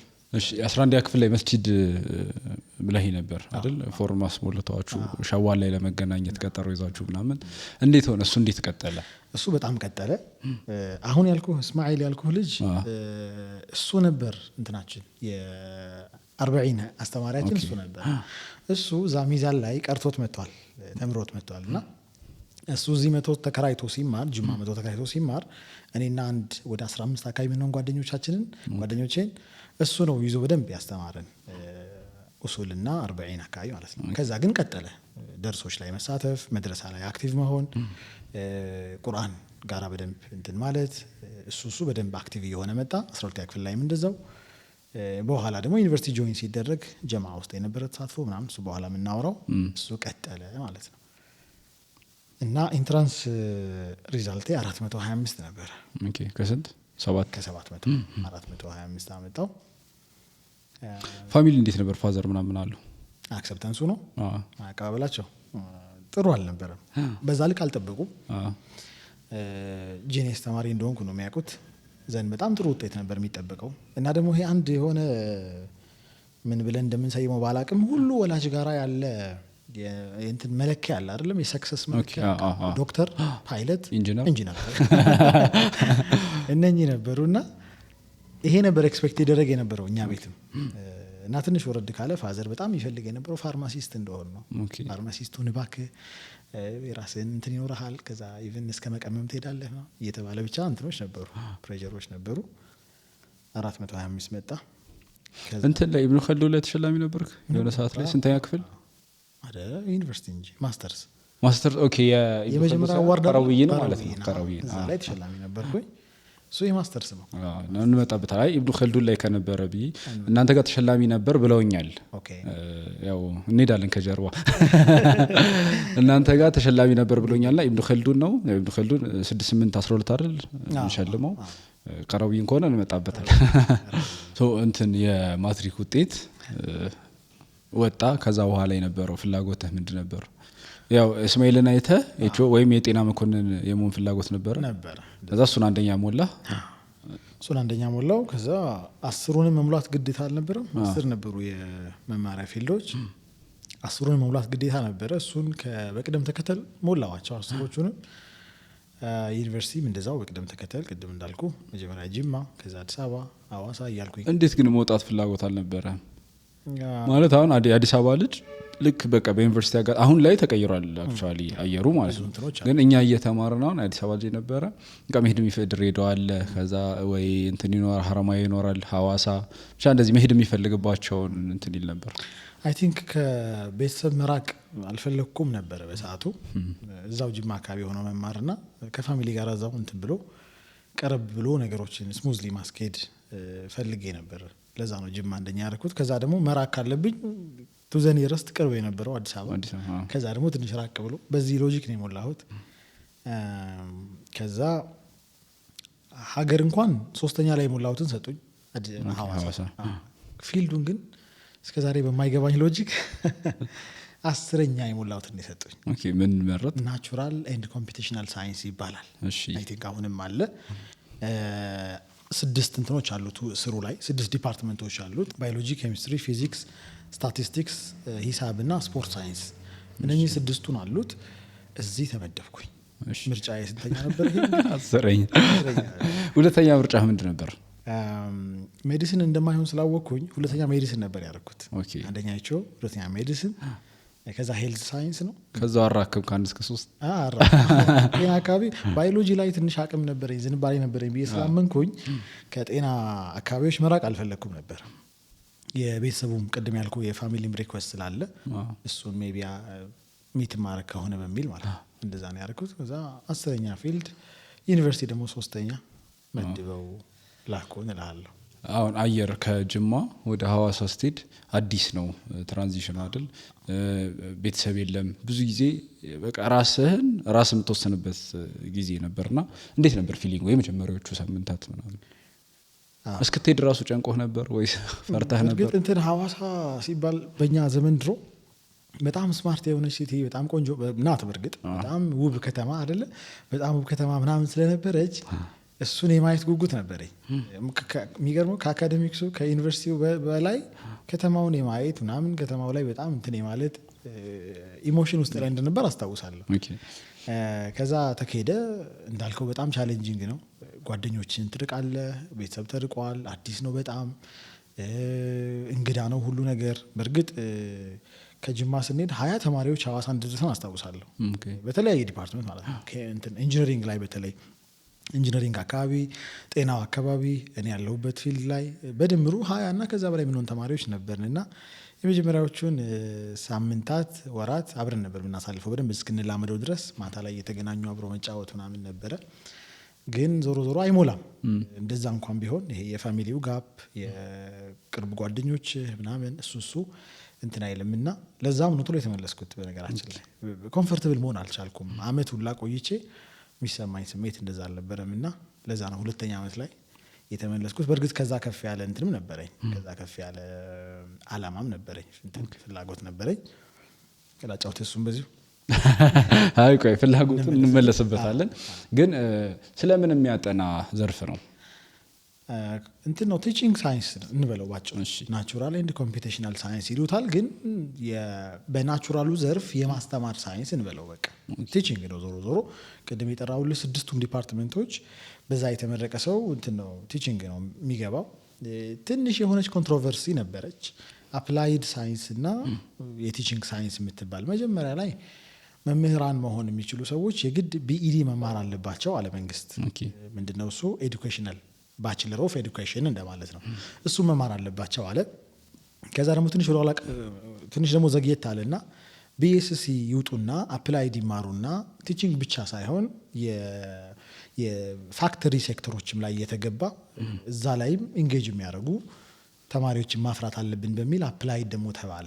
አፕላይድ የተማረ ሰው ደግሞ ወደ ቲቺንግ ለመግባት የግድ ኮርስ መውሰድ አለበት። ፔዳጎጂ የምትባል ኮርስ አለች። ያ ለ1 ዓመት የሚቆይ ኮርስ ነው። እሱን ከወሰድክ በኋላ መምህር መሆን ትችላለህ፣ ቲቸር መሆን ትችላለህ ተብሎ ደግሞ ይቀያየርልህ። እንግዲህ ይሄ ፖሊሲው ምናምኑ እሱ እንደዛ ሆነ። ዘነኛ ላይ ምን ዋረፈ? አፕላይድ ሳይንስ ተብሎ አፕላይድ ሳይንስ በሚል ነው የተማርነው። አብዛኛዎቹ ኮርሶች ወደ እንትን ላቦራቶሪ ተች ያላቸው ነበሩ። ላቦራቶሪ ኤክስፐሪመንት ምናምን የበዙበት ነበረ። በዛ ተገባ ነው። ኦኬ አሁን እንትን አይፈልግም። አሁን እያሰብኩ የነበረው ባዮሎጂ ለማስተማር ባዮሎጂ ላይ ኤክስፐርት መሆን አያስፈልግም ነው እኮ። ከዛ እኮ ይከፋፈል 6ቱ አሁን ባዮሎጂ ራሱን የቻለ አንድ ለ4 ዓመት የሚሰጥ ይገኛል ማለት ነው። ምናልባት ከሆነ ይገባና እኮ ዲፓርትመንት ትመርጣለህ። ለምሳሌ ሄልዝ ሳይንስ ገብተህ ልክ ፕሪ ኢንጂነሪንግ ገብተው ኦፍ ኮርስ እንደዛ ማለት ነው። እና እኛም ገባንና አይ ቲንክ የተወሰነ ጊዜ ከተማርን በኋላ ዲፓርትመንት መረጣ ውስጥ ገባን እኮ እኛ። 6ቱ ዲፓርትመንቶች ይመረጣሉ። ባዮሎጂ ለብቻ፣ ኬሚስትሪ ለብቻ፣ ፊዚክስ ምናምን ለብቻ። ያቺ ዲፓርትመንት መረጣ እንትን አለች አይደለም? ኦሪንቴሽን ሰበካ ነገር ይመጡና እኔን መረጡ ነገር እሷ ተደረገችና ድጋሚ አሁንም የዲፓርትመንት መረጣ ውስጥ ተገባ። ባዮሎጂ ደረሰኝ። የጥንት የጠዋቱ ባዮሎጂ ፈልገው አስበበት ነው ወይስ? አዎ በቃ ይሄ መማሬ ካልቀረ ባዮሎጂ መማር አለብኝ የሚል ውሳኔ ወሰንኩኝ። ግን ስቲል 2 ጎሎች ነበሩኝ። አንደኛ ባዮሎጂን ተምሬ አፕግሬድ ማድረግ እችላለሁ የሚል አመለካከት ነበረኝ። ባዮሎጂ ተምሬ እዛው ላይ አልቆምም፣ አፕግሬድ አድርግና የሄልዝ ስትሪሞች ውስጥ መግባት አለብኝ የሚል በጣም ጽኑ አቋም ነበረኝ። አንድ ይሄ ነው። ሁለተኛው ይሄ ማይሳካ እንኳን ከሆነ በጣም ሰክሰስፉል ሆኜ ጥሩ ውጤት አምጥቼ ዩኒቨርሲቲ ላይ ሰቅሎ ቀረ ነው የሚባለው ነገር አቺቭ ማድረግ አለብኝ በሚል እንትን የጀመርኩት። ሰቅሎ ቀረ ማለት እዛው ከፍተኛ ውጤት አምጥቶ ትምህርት ቤቱ ላይ ማስተማር ጀመረ። ትልቅ ውጤት አምጥቶ እዛው ሌክቸር ሆኖ ቀረ ማለት ነው። በእነኚህ በሁለቱ ቪዥኖች ጀመርኩኝ። ይሄንን ደግሞ ለማሳካት በጣም ቅርቡ ባዮሎጂ ነው ከ6ቶቹ ማለት ነው። እና በዚህ ምክንያት ባዮሎጂ መረጥኩኝ። እንደተባለው አገኘሁት። እሺ የ1 ዓመት የነበረህን ቆይታ ብትነግረኝ ሐዋሳ ላይ። እንግዲህ አሁን ድራይቪንግ ፎርስ አለ፣ ስትሮንግ የሆነ ቪዥን አለ። ስለዚህ በዛ መሰረት ሄድኩኝ። ሌሊት እስከ 7 እስከ 8 ሰዓት ማንበብ ዩኒቨርሲቲ ላይ በጣም ፎከስድ መሆን፣ እያንዳንዱን ነገር በደንብ መከታተል፣ ብቻ መክፈል ያለብኝን ዋጋ በሙሉ መክፈል ተጀመረ። የመጀመሪያው ሴሚስተር 3.75 አካባቢ አመጣሁኝ የመጀመሪያው ሴሚስተር። ሁለተኛው ሴሚስተር በደንብ ከፍ አረኩትና ወደ 3.9 አካባቢ አመጣሁኝ። በደንብ ሰራሁት ማለት ነው። እንትን አሁን መጫር ምናምን የሚባል ነገር ነበር አይደል? አዎ በደንብ። እንዴት ነበር ፊሊንጉ እዛ አካባቢ ምናምን? ቅድም ያልኩ 20 ምናምን ልጆች በነገራችን ላይ ተጫሩ። ብቻን ቀረ ሁሉም አይደለም። አብዛኛው ግን ኢንጂነሪንግ ነበር እና የገባው ደግሞ ጥሩ ባክግራውንድ ያልነበራቸው ልጆች። እኔ የምልህ የማይገባኝ ነገር እስከዛሬ ኢንጂነሪንግ አካባቢ ለምን ደከም ያሉ ተማሪዎች ይወስዷቸው እንደነበር አይገባኝም። እነዚህ እንዳለ ኢንጂነሪንግ ተማሪ ናቸው። ኧረ ይቀበሉኝ። እና ግን ፊልዱም መቁረጥ ምናምን ስለሆነ ሰው ምኑ ይፈልጣል። በጣም እኮ ቻሌንጂንግ ነው። እኔ የተመለጠ ጓደኛ ነኝ በነገራችን። አብረን ገብተን እንጂ ሐዋሳ እኔ እዚህ ተመርቄ በ3 ዓመት ጅማ ተመርቄ በኋላ ሳገኘው የተመለጠ ሁላ በጣም ዲፕረስድ ሆኖ ማለት ነው። ይሄን የመሰለ ዲፓርትመንት 280 290 ያመጣ ተማሪ የሚገባበት ሎጂክ በፍጹም አይገባኝም ነበር። ያው ቁጥር ሚት ለማድረግ በሚል አይደለም ቁጥሩን ለመውላት ብቻ እሱ አካባቢ ያለህን ሐሳብ ነገር ይስኪ ሰው ላይፍ ላይ ማለት ነው አንተ የሰው ህይወት ላይ ኢምፓክት የሚያመጣውን ነገር ለምንም ኢንተረስት ብለህ ማድረግ ትክክል ነው ብዬ አላምንም። ሀገሪቷ 60,000 ኢንጂነር ፈለገችና 200 ምናምን ያመጣ ተማሪ ገብቶ መሆን የለበትም። በነገራችን ላይ the same reason was applied እኛ ላይ ለምሳሌ 425 ነው ያመጣሁት እኔ። የተወሰነ እንትን አለው ይሄ ለሁሉም ቴስስ አንቲ ቴስስ አለው የሚባለው ነገር ይሰራል አይደል? በርግጥ ምንድነው የሆነው መሰለህ 400 እና ከዛ በላይ የሚያመጡ ተማሪዎችን ቲቺንግ መክተት አለብን ተባለ። ቢኮዝ ቲቺንግ በነገራችን ላይ ይገቡ የነበረው ባለ 200 ምናምኖቹ ናቸው።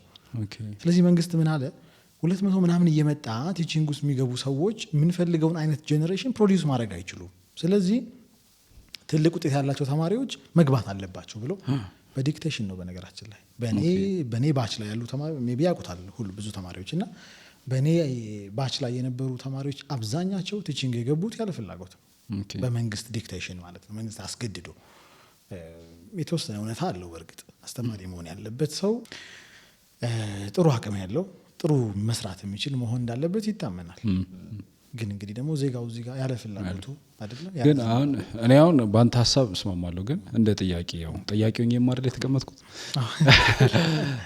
አሁን ብዙዎቻችን ወይ ቲያትር መማር የሚፈልገው ልጅ ነው ኢንጂነሪንግ የገባው፣ ወይ ደግሞ ሜዲሲን መማር የሚፈልገው ልጅ ነው አግሪካልቸር የገባው፣ አግሪካልቸር መማር የሚፈልገው ነው ምናምን የተቀላቀለ ነገር አለው። ግን እንደ ሀገር ደግሞ የሆነ መድረስ አለብን ብለን የምናምናቸው ቦታዎች አሉ። ለምሳሌ በቃ በጣም በርካታ ህንፃዎች ይሰራሉ። የዘመናዊ ኢንዱስትሪ መር እየተሸጋገረ ነው። ለዛ ሲባል ደግሞ ኢንጂነሮች ያስፈልጉናል። ኢንጂነሪንግ የሚፈልገው ደግሞ 100 ተማሪ አለ ብንል የሚያስፈልጋት 60 ተማሪ ከሆነ ኢንጂነር 60 ኢንጂነር ከሆነ 20 ሰው ብቻ ከሆነ ኢንጂነሪንግ ላይ መማር የሚፈልገው ቀሪው 80 ደግሞ የሆነ ቦታ ላይ እንትን አይሉም ወይ? ለምሳሌ ሁሉም ወይ ሜዲሲን ገብተው ወይ ሁሉም ፓይለት ወይ ደግሞ ጥሩ ክፍያ ያላቸው የምንላቸው ስራዎች ላይ ገብተው ለፓሽን ብቻ ሳይሆን እንደ ሀገርም ደግሞ መታሰብ የለበትም። ቅድም እንዳልከው ማለት ነው አንዱ ቴሲስ አንቲሲስ ነው። ሁለት ነገር አስባለሁ እኔ። አንደኛ በእርግጥ አቋም የነበረውን ነገር ልንገርህ። ከዛ ጊዜ ጀምሮ አንድ ተማሪ ኢንትራንስ ካለፈ ዩኒቨርሲቲ ገብቶ የፈለገውን ዲፓርትመንት ማጥናት አለበት ብዬ ነው ማምነው። ዘንድ ካልቻለ እኮ ይውጣ። ቅድም ያልከው መጫርና ምናምን አለ አይደለም፣ በዛ ፒዩሪፋይ የተደረገ ይሄድ። ለቢግኒንጉ ግን ለጅምሩ ግን ኢንትራንስ ያለፈ ተማሪ ሰፊሽንት ነው ማለት ነው። ዩኒቨርሲቲ ጆይን አድርጎ ሰርቴን ፊልድ ኦፍ ዲፓርትመንት ሊያጠና ይችላል ማለት ነው። ስለዚህ ይግባና ይሞክረው በዝንባሌው ልክ። ይሄን አምናለሁ። ለዚህ ግን ምቹ የሆነ ከባቢ መፍጠር የመንግስት ስራ ነው። በቃ ምንም ማድረግ አንችልም። ለምሳሌ በእኔ ባች ላይ የሀገሪቷ ዩኒቨርሲቲዎች በአጠቃላይ መቀበል የሚችሉት የሜዲሲን ተማሪ 6,000 ብቻ ነው። እኛ የተፈተነው በ100,000 ቤቶች፣ ግን የሀገሪቷ የሜዲሲን ተማሪ የመቀበል ካፓሲቲ 6,000 ብቻ ነው። ይህንን ሚት ማድረግ በጣም ከባድ የሆነ ቻሌንጅ ነው። ግን መንግስት መስራት አለበት። በቃ ይህን ሲቀጥል ታች ወርደ ኢንፍራስትራክቸሩ 40 ስንት ዩኒቨርሲቲ ይዘህ ለምንድነው 6,000 ብቻ ዶክተር ፕሮዲውስ የምታደርገው? የራሱ ጥያቄ አለው ይሄ። ከዛ ባለፈ ቅድም ያልከኝን ነገር ለማስተካከል ታች ወርዶ መስራት ነው። በቃ የተማሪ ቪዥን ላይ ለምንድን ነው ግን 12 ዓመት ሙሉ የሚማር ተማሪ የሚጨበጥ ቪዥን ሳይኖረው እንዲሄድ የሚፈቀድለት? አይደለም መንግስት ይሄን ማድረግ እኮ የትምህርት ሴክተሩ ይሄን ነው መስራት ያለበት። በነገራችን ላይ መወዳ ሜቢ ታውቃላችሁ አይደለም? እዚህ በተለይ ጅማ ያለው አዲስ አበባ ያለው መወዳ ላይ በጣም ጥሩ ስራዎች ይሰራሉ አይደለ? ከታች ጀምሮ ተማሪዎች ቪዥናቸውን ይዘው እንዲነሱ ኢቭን ከኬጂ 3 ጀምሮ በነገራችን ላይ ከኬጂ 3 ጀምሮ ፓይለቶች ለብቻ ተመዝግበው፣ ዶክተር መሆን የሚፈልጉ ለብቻ ተመዝግበው፣ ኢንጂነሮች እንደዛው ለብቻ፣ ኢቭን ሼፍ ምናምን በአጠቃላይ ወደ 10 አካባቢ ሙያዎች ተዘርዝረው በዛ በዝንባሌያቸው መሰረት ተማሪዎች ተመዝግበው ዴታ ይያዝና በዴታው መሰረት ባለሙያ እያስጠራን እንዲሰለጥኑ እናደርጋለን። ባለሙያ ይመጣና ለምሳሌ ዶክተር ከሆነ ሜዲሲን ከሆነ ዶክተር ይመጣና ትሬን ያደርጋቸዋል። ዋት ኢዝ ሪሊ ሜዲሲን ምን ማለት ነው? ምን ምን አለው ሜዲሲን በውስጡ ላይ? የሆነ ሰርተይን ተማሪ ዶክተር መሆን የሚፈልግ ከሆነ ምን አይነት ካራክተሪስቲክሶችን ዴቨሎፕ ማድረግ አለበት ብሎ በደንብ ያሰለጥናቸዋል። ዶክተር ኢንጂነሩም እንደዛው፣ ፓይለቱም ኦፍ ኮርስ ፓይለት አናገኝም ብዙ ጊዜ በተለይ ዛኔ ጋር ፓይለት ከሩቅ ነው ተማሪዎቻችን ግን ይሄ የራሱ የሆነ በጣም ትልቅ ኢምፓክት አለው ይሄ ነው ማምነው። ከዛ ደግሞ ሄደው ይጎበኛሉ። ዶክተሮች ሄደው ሆስፒታል ይጎበኛሉ፣ ያያሉ፣ ዲዩቲ ሩሞችን ያያሉ፣ ዶክተሮች ስራ ሲሰሩ ይመለከታሉ። ይሄ ውስጣቸው የሚፈጥረው ጠንካራ ነገር አለ። አስበዋል? ማስተማርን በዚህ ልክ ታች ወርደህ መምህርነትን የነገርከው ያሰለጠንከው ቪዥን እንዲያደርግ እድል የፈጠርክለት ተማሪ ባይ ዲፎልት ይፈልገዋል። ይሄን መስራትም አስፈላጊ ነው ብዬ አምናለሁ። ያለንበት ተጨባጭ በእርግጥ አይደለም 12 ዓመት ግቢ ጨርሶ ወጥቶም ኬሪየር ምን አይነት ኬሪየር እንደሚኖር መለየት የሚያስቸግርበት ተጽዕኖ ጊዜ ላይ ነው ያለ ነው ማለት ነው። ሶ ያለው መፍትሄ ታች ወርዶ መስራት ነው እያልከን ነው። ታች ላይ ደግሞ ልክ ነው ያደጉ ኮቴሽን ውስጥ ሀገራት የምንላቸው ከልጅነት ጀምሮ አንድ ህፃን ምንድነው የሚፈልገው ምናምን የሚለውን ከስር እንትን እያደረጉ ሜንተርሺፕም ከዛ አንፃር መቃኘት የሚችል ይመስለኛል። ከዛ ጀምሮ እያዩ እየገመገሙት ከፍ ያደረጉት ይሄዳሉ ማለት ነው። አሁን ቀጣይ ሐዋሳ ጨረስንና ወደ ጅማ ነው የምንመለሰው። ወደ ጅማ ግን እንድትሄድ የገፋህ ምክንያት እንዳለ እየነገርከኝ ነበር። እሱን ምክንያትና የጅማ ቆይታህን ከዛ ከስራ ጋር ማስተርሱን ቀረውይንንም አንድ ላይ አንስተን በቀጣይ ክፍል ምን ይሆናል ኢንሻአላህ። የተወደዳችሁ ተመልካቾቻችን ከወንድማችን አዩብ ጋር እያደረግን ያለነው ቆይታ የመጀመሪያው ክፍል ይህንን ይመስል ነበር። እኔና አዩብ እንቀጥላለን። እናንተን ደግሞ ቀጣይ ሳምንት ኢንሻአላህ ሰኞ ምሽት 2 ሰዓት ላይ በሚንበር ቲቪ ወደ እናንተ እናደርሳለን። ካመለጣችሁ ደግሞ በሙስሊም ተማሪዎች ሊግ የዩቲዩብ ገጽ መከታተል ትችላላችሁ። ሙስሊም ተማሪዎች ሊግ እያዘጋጀ ወደ እናንተ አደረሰላችሁ ሪሳላ ፖድካስትን። ሳምንት እስከምንገናኝ ሳምንታችሁ ያማረ የደመቀ እንዲሆን ተመኘው። ወሰላሙ አለይኩም ወራህመቱላሂ ወበረካቱሁ።